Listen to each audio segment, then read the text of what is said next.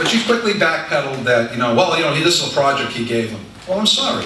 If the mayor is going to try to propose to increase a salary during the worst economic times, after we've just passed the highest budget in history, where we could not cut any money from that budget. The most we cut was $100,000. $100,000 out of a $139 million budget with a $6.2 million increase. And that was only because it was a position he couldn't fill. Okay? I don't know about you, but I'm sick and tired of it. Now, the business community is also sick and tired of it. They approached some of us over a year ago and asked us that someone needs to go after this man, because if he's unopposed for another term, God knows we're going to end up. Right now, the business community is paying $43 per thousand. And this year, with the new budget, it's projected they're going to be paying $49.97. Don't want to say $50 per thousand, because now that's too high. Let's face it. The minute the business community is gone because they can no longer afford to stay here, who's next? The residences. That's right. There was 170 homes sold in the city of Everett in the last since the beginning of this year. There's another 140 homes for sale in the city of Everett. Why are our neighbors leaving? They can't afford to stay here. Now, the group of us that they approached, we all agreed that we would not get in each other's way, we would not compete. We would agree that one of us would run and we would get behind that person. Now, last fall, just like a lot of members and a lot of our friends in the community, I became a victim of the economy. Banking is not doing so good right now. And as you probably know, Bank of America is going to be laying off another 45,000 employees, so the job market for banking is pretty tough right now. So I told my colleagues that I'm out of this. I need to focus on job, my family, and I need to step away. If they were going to run, I'd be behind them 100%. Well, last spring I got a phone call from one of the aldermen, and we spoke on the phone for an hour. That's probably the longest we've spoken ever. And I got to say, he brought up some great points. He also was very encouraging about coming out and taking this on. Now, as was said earlier, I don't have hundreds of thousands of dollars. The mayor does. But we forced him to spend quite a bit of that. The one thing I do know how to do from having run small campaigns with my immediate family, who have walked every street delivering flyers and doing what we need to do, is how to get the most out of this. But we knew that this campaign was a marathon. We had to start, and we had to start small and start building. I knew I could not beat the mayor in June, but we kept things going. We started articles, got labeled as an underdog. Well, I happen to like that term. They said we were in a David and Goliath battle. Well, you know who won that one? Yeah, David. So we just kept building. Every time there was something in the paper playing me down, we responded in kind, measured responses, and we built up the momentum.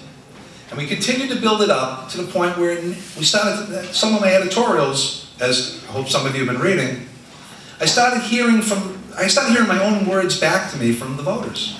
Things I've said in the papers. That told me you were starting to listen. Or you were listening. Because I've been listening. I understand what we're dealing with. This guy doesn't have a clue. During the neighborhood meetings, 4 of the 6 ward meetings, the same question came up about the tax rate. And the mayor's response to that was, well, I'm the highest taxpayer in the city of Everett. I pay $11,000 a year. I pay more resident tax than everybody. I'm getting by, so I know how you feel. During one of those meetings, I had a woman nudge me, sit next to me. She said, I don't even make $11,000 a year. This guy doesn't get it.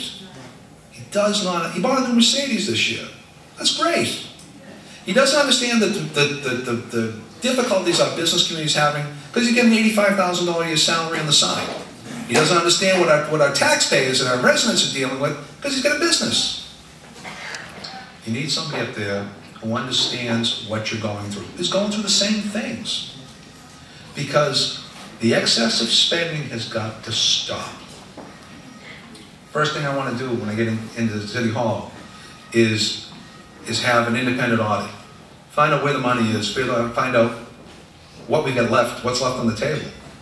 You're living in a city that's got 2 power plants, an LNG terminal, a gasoline terminal, the produce center, Mellon Bank. There is some heavy hitters on the tax base in the city. So why do we have the highest residential tax in the area? Why do we have the highest commercial tax in the state? Something's seriously wrong here. Something does not add up. And you know what? The mayor has fallen into a trap that a lot of politicians run into. After a while, you start to believe your own BS. And that's what's going on with this guy. I can honestly say that I wish the candidate forum last night was televised. ECTV wasn't available to do that. But I wish it was, because the voters have a right, and those of you, there were many people in this room who were there last night who saw the mayor squirm. Squirmed on every question. Makes faces, you know, jots down people's names. What is that all about? You know, is that the kind of community you want to live in? It's not the one I want to live in. So I'm asking for your help. I'm asking for your support. I have some concerns next year. There's a new mayor. Again, the fact that the Common Council, my own colleagues, have not seen fit to turn out and support me, for whatever reason, is what it is. But I do know that there'll be some new members on that Common Council because of the way that the council's going to turn over. And those new members I've already talked to, and they want to know what they can do to make ever a better community. I'm not concerned about the Board of Aldermen. If they don't agree with me, they'll tell me that, because that's the relationship we have, and we've always had. Mike Marchese made it perfectly clear. Agrees with me on some stuff, disagrees with me on some other stuff. That's America. As long as we can find a middle ground and find a way to work together, we can move ahead. So knowing that the majority of the Board of Aldermen is behind me is important. Common Council, I think the majority of the Common Council will give me at least enough of a chance to try to turn things around. And the troublemakers, yeah, who cares about them? I'm asking for your support. This is a word-of-mouth campaign.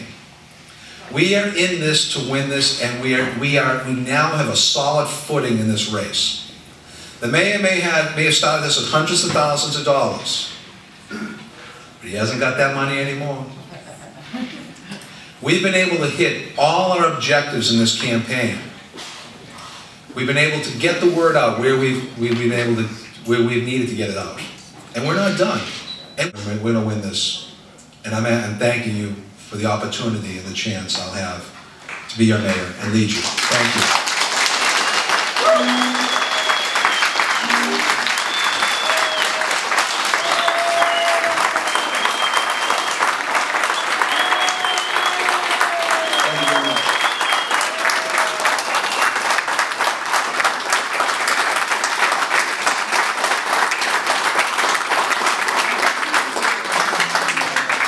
Oh, shucks.